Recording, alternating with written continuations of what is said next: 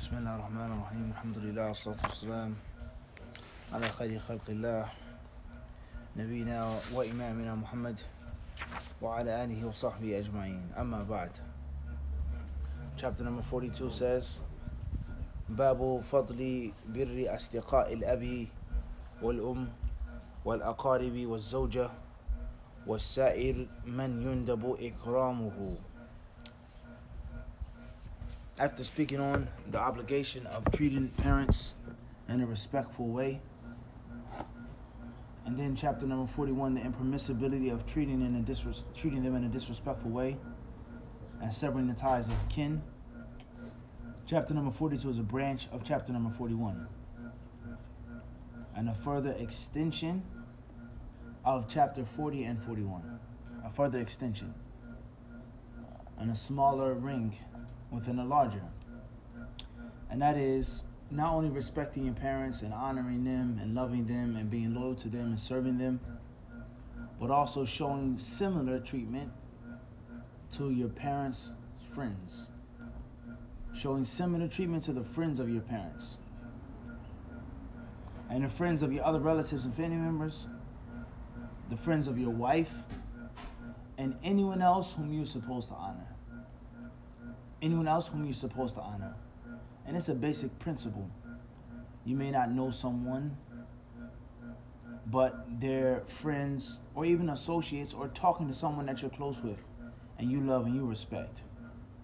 So it's an automatic principle that you're supposed to show some type of love and respect to them, even if it's by speaking to them.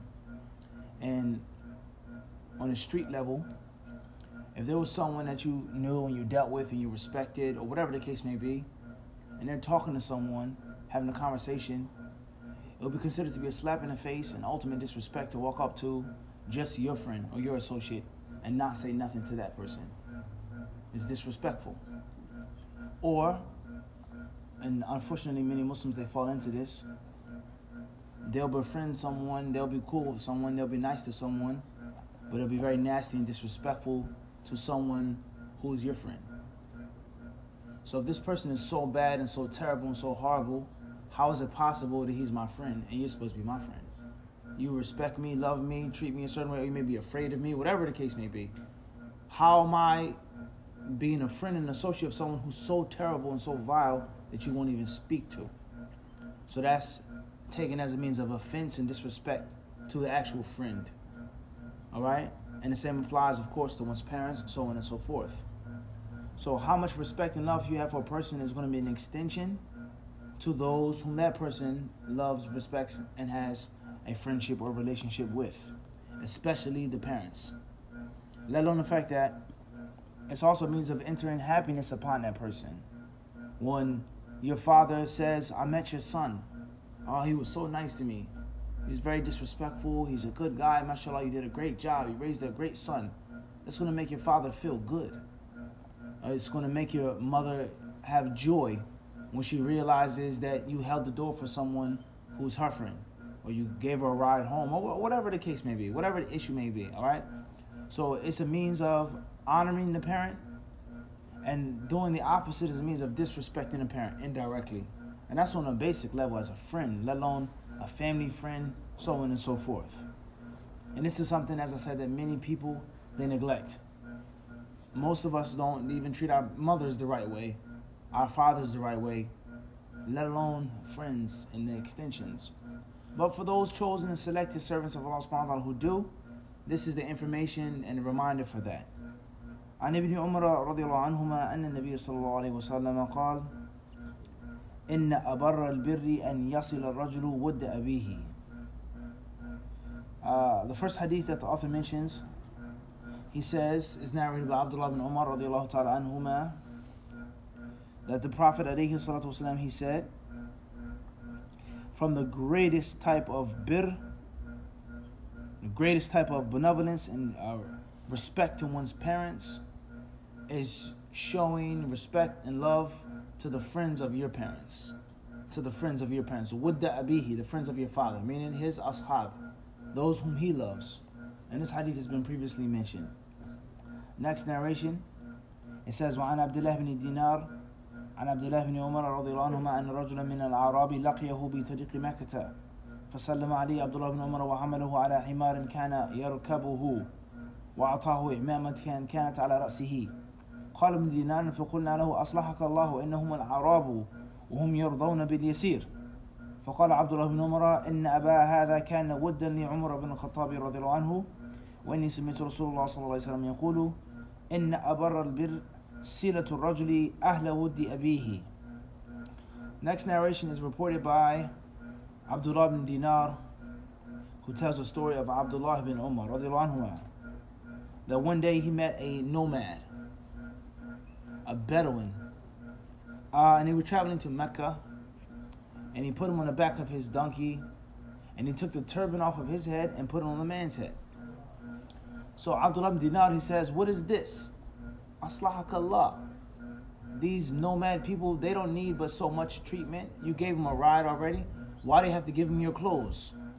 And before you start thinking about you just giving someone your clothes, what's the big deal? You're in the middle of the desert. The scorching hot sun. The imama, the head covering, the turban that you wear could be a means of life or death. It could be a means of you reaching your location in one piece, or you falling off your horse or your donkey or your camel from sunstroke. Let alone that the Muslims and the Arabs and the knowledgeable people of that time, it wasn't accustomed to uncover their heads in public. That's not what they did. They didn't walk outside with their heads uncovered. Rather, they always kept their heads covered unless there was some type of situation. And this is one of the reasons why people are not allowed to wear head coverings on Hajj. Because Hajj is supposed to make you more humble. And it's supposed to take away from your covering and your clothing, which is presupposed is included in the headwear. Even here in the United States, there are many different cultures within the United States, many different times in which people, they would never uncover their heads. They would always have on a hat, whatever type of hat it may be, and whatever culture you're talking about. Cowboy hat in the West, a baseball cap, a fitted cap in the urban. Think about it. People, they don't uncover their heads but so much. Whatever type of hat it may be, a scully, a hat, whatever the case may be. And they take it off out of respect when they enter someone's home or some type of reason or whatever the case may be. So for Ibn Umar to put him on the back of the donkey, he honored him enough. So Ibn Dinar says, what is this? They don't need but so much. You gave me your own turban. And that's when Abdullah bin Umar radiallahu ta'ala anhuma, he said that this man's father was a friend of my father, Umar. And I heard the Messenger of Allah sallallahu alaihi wasallam saying, from respecting your parents is to respect the parents or respect the friends of your what? Your father. Respect them.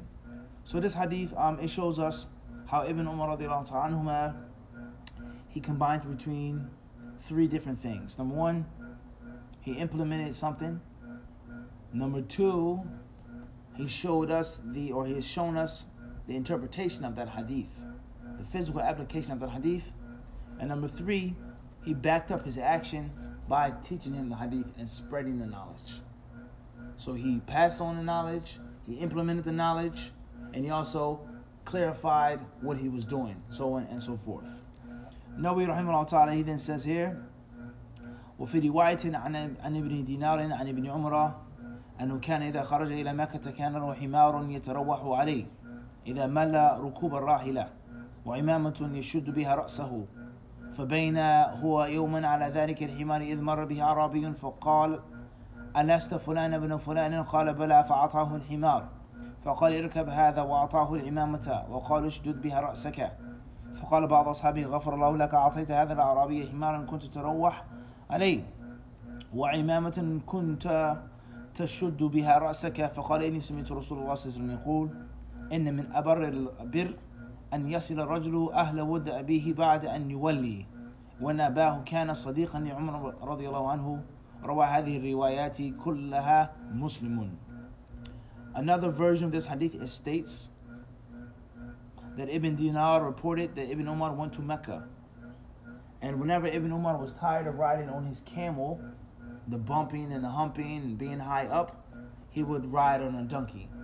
He would have the donkey next to the camel or tied to the camel in the caravan or whatever the case may be. So whenever he was tired and exhausted from the camel, he would ride upon the donkey. And he would also cover his head with an imamah, a turban. So as he was riding the donkey, a Bedouin man passed by him, and he said, "Aren't you so-and-so? Aren't you this person and that person?" He says, "Yes, that's me."